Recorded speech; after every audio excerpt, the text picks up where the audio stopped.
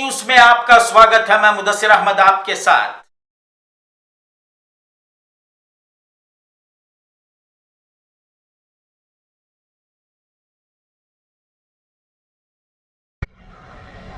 जैसा कि आप सब जानते हैं कि रघु नाम का एक शख्स सकलेशपुर में हमारे यहाँ के अलहाज तनवीर सेठ साहब जो यहाँ की इस हल्के के एमएलए हैं, उन्हें पब्लिक प्रोग्राम में जो है उनका कत्ल करने का और 6 अड़ी और 3 अड़ी के इसमें दफन करने का एक खुला चेतावनी दी है, धमकी दी है। तो इस लिहाज से हम यहाँ पर कंप्लेंट करने आए थे। जैसा आप देख रहे हैं कि इन संगी टेररिस्टों के हिम्मत और हौसले दिन ब दिन बढ़ रहे हैं। इसलिए बढ़ रहे हैं कि क्योंकि पुलिस इनके ऊपर कोई एक्शन नहीं ले रही है। सुप्रीम कोर्ट का क्लियर डायरेक्शन है कि जो भी कम्युनल स्पीचेस देता है, हेट स्पीच देता है या हेट पब्लिकेशंस करता है, उसे इमीडिएट सुमोटो केसेस डालना, स्वयं प्रेरित केसेस पुलिस की तरफ से चाहना। हमें यहाँ को ये देने की ज़रूरत नहीं है, एक्चुअली उन्होंने डालना तो, लेकिन उसके खिलाफ कोई एक्शन नहीं हुआ, अब तक कोई केस नहीं दर्ज नहीं हुआ।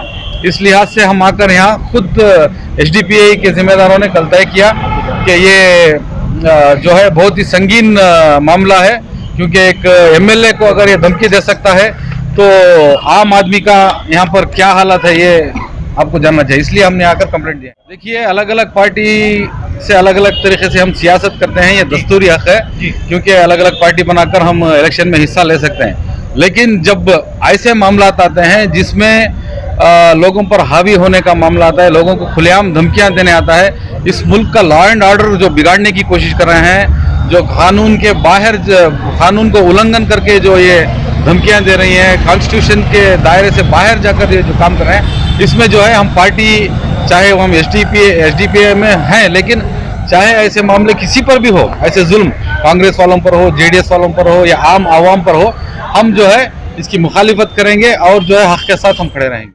पुलिस ऑफिसर से हमने ये कहा कि हम ये देख रहे हैं, हमने गौर भी किया है कि ऐसे मामले लगातार आ रहे हैं। ये पहला मामला नहीं कि यहाँ जिसमें किसी ने किसी का कत्ल करने की धमकी दी है।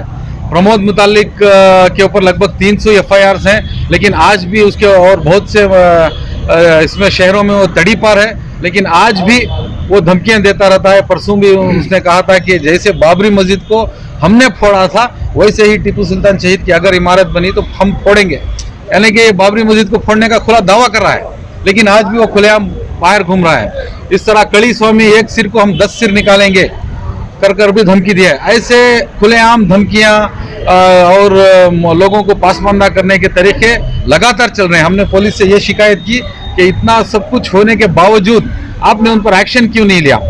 क्या सारे कानून माइनॉरिटीज के लिए हैं?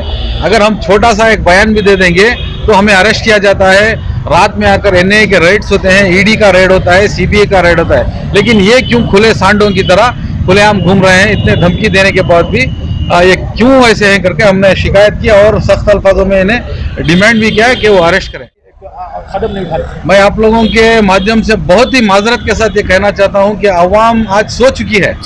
चाहे वो टीपू सुल्तान शहीद के ट्रेन का नाम बदलो, चाहे उनके हमारे माँ बहनों का हिजाब उतार कर रास्ते पर उन्हें बेपर्दा कर उनके वीडियो काट कर भेजो, चाहे हमारी शरीयतों में दखल अंदाजी हो, चाहे हमारे खाने पीने के तौर तरीके पर, हमारे ज़ुबान पर हमारी तारीख को, सब कुछ मिटाया जा रहा है। लेकिन मैसूर की अवाम और सारे मुल्क की अवाम सो रही है। इसलिए जो है ये फिरका परस्त लोगों के हौसले बुलंद हो रहे हैं। मैं आपके चैनल से, आप सबके माध्यमों से गुजारिश करता हूँ आवाम से, आपको जागना चाहिए। आपका दस्तूरी हक है कि आप एहतजाज करें, इसके खिलाफ आवाज़ उठाएं। आप एकजुट होकर इस बार ऐसे मौक़ों पर हम मसलक या पार्टियों को नहीं देखना चाहिए, हमें एक होना चाहिए। इस हिंदुस्तान के शहरी मजहब को भी नहीं देखना चाहिए। इस हिंदुस्तान के शहरी होने के नाते हमें जो है इसके खिलाफ आवाज़ उठानी है। अगर हम ऐसे ही खामोश रहे तो हमें खामोश कर दिया जाएगा। आप जानते हैं कि एसडीपीआई चाहे किसी पर भी जुल्म हो, पहली सफ में इसकी मुखालिफत करने और जुल्म के खिलाफ आवाज़ उठाने और मजलूम के साथ खड़े रहने एसडीपीआई पहले सफ में रहती है। तो इस लिहाज से सारे रियासत कर्नाटक में हम एहतजाज भी करेंगे, कंप्लेंट्स भी डालेंगे। जो भी हमारे दस्तूर कॉन्स्टिट्यूशन के दायरे में हम जद्दोजहद कर सकते हैं, इसे ज़रूर करेंगे। अस्सलाम वालेकुम। जैसा कि आप लोगों वाकिफ़ हैं इस बात से, हम कंप्लेंट देने इसलिए आए कि जो कल हमारे चुने नुमाइंदे अलहाज अली जनाब तनवीर सेठ साहब को जो दफन करने का एक जो धमकी दिए थे, उसे तो सख्त अंदाज से social democratic party of India मजम्मत करती है। और साथ साथ में अवाम में बेदारी करना और अवाम में एक पैगाम पहुंचाना क्या चाहती है बोले तो, जैसा कि हमारे सदर साहब बोले, हमारे में बेदारी नहीं होने की वजह से हमारे राइट्स को मालूम नहीं करनी। सो तो कानून के अंदर इजहार हक का सबको आज़ादी है। आर्टिकल हिंदुस्तान की आइन की दफ़ा 19 में सबको इजहार हक की आज़ादी है। ये नहीं कि हमें जो भी आया बोल डाले। इस वजह से कि एक 5 टाइम जीत को एक एमएलए को इसी धमकी दे रही बोले तो ये मामूली इंसान का क्या होता हाल। वो जैसे अमायदीन शहर होंगे हैं कि या उलमा इकराम होंगे या यूथ होंगे या यूथ कमेटी होंगे या कोई पॉलिटिकल लीडर्स होंगे, उनकी जिम्मेदारी होती है ऐसी चीज़ों को बढ़ चढ़ को आना। अल्हम्दुलिल्लाह सफ़े अल पकड़ को जो भी हमारा कार्रवाई करना था, जो अली जनाब तनवीर सेठ साहब को जो धमकी दी गई थे, हमें सख्त अल्फाज से मजम्मत भी करती और पुलिस कमिश्नर ऑफ मैसूर से भी और यहाँ के पुलिस इंस्पेक्टर राजू साहब को भी बात करें, फिर यहाँ के सुनील साहब को भी बात करें, उन्होंने भी इंशाल्लाह हम उम्मीद देखी और भरोसा देखी। इसके बाद हमें जो भी हमारे ऊपर के ऑफिसर्स हैं उनसे बात करते हैं उनको, मगर बात करने से नहीं होता, इनके खिलाफ कोई कार्रवाई करना और इनका मुंह बंद करना।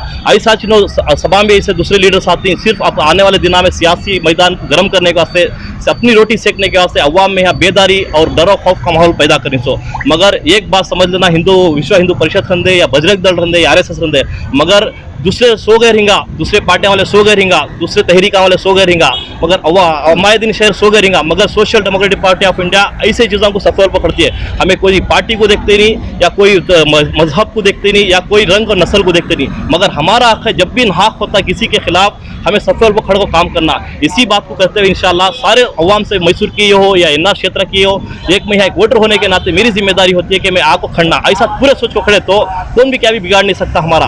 उस वजह से हमें ऐसे चीज़ हमें सफ़े अल पकड़े तो दूसरों को हिम्मत अफजाई होती है। ये बात करते हुए तुम्हारे माध्यम की तरफ से सबको एक दरख्वास्त करूँ कि ऐसे चीज़ों में सबको मदरसे का हुआ, हिजाब का हुआ, मस्जिदा का हुआ, सब तुम्हारे सभा का दिन तुम्हारे घर में भाना का भी, हमारे भाना को भी आपको ऐसा डराती, हमारे भाइयों को भी ऐसा डराती। इससे डर को रखे तो क्या भी नहीं होता। 100 साल जीने से 10 साल जींगे, मगर डर और खौफ को निकाल को जींगे। ये हमारी पार्टी का भी एजेंडा, डर भूख से आज़ादी, खौफ से आज़ादी। जिस तरह के अब तनवीर सेठ साहब को जो खौफ का एक माहौल पैदा कर रही, ये खौफ से आना उन्होंने बाहर, उन्होंने तो उनके जो भी अवाम को जो धमकियाँ दे रही, ये खौफ से आना, हमें खौफ से आना बोले तो हमें इजहार हक को हमारे बात करना, जो सही है सही बोलना, गलत को गलत बोलना, जब चैलेंज करना, अन्ना स्टेशन से नहीं हुआ, हमें कोर्ट से लेकर को कानून के दायरे में रखो, इंसान की लड़ाई करना है। इंशाल्लाह ये बात बोलते हुए शुक्रिया।